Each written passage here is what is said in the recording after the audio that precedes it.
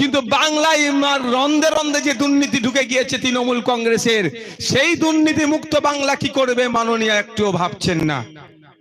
হয়তো তার ভাবার সময় নাই, কিন্তু আমাদেরকে ভাবতে হবে।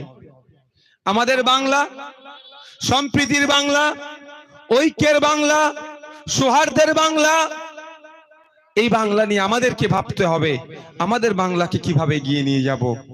তাই বন্ধুগণ, দীর্ঘদিন ধরে আমরা বলে আসছি আমাদের রাজনৈতিক দলের প্রতিষ্ঠা লগ্ন থেকে যে আমাদের ক্ষমতা দখল বড় কথা স্বপ্ন নয়, সমাজ ব্যবস্থা পরিবর্তনটাই আমাদের স্বপ্ন। তাই আমরা আমাদের কাজে লেগে আছি। বিভিন্নভাবে বিভিন্ন সময়ে মানুষ কিভাবে উপকৃত হবে তার জন্য আমরা সদা চিন্তিত। মানুষ যেখানে অন্যায় হয়েছে, যেখানেই অনাচার হয়েছে, আইএসএফ সেখানেই পৌঁছেছে।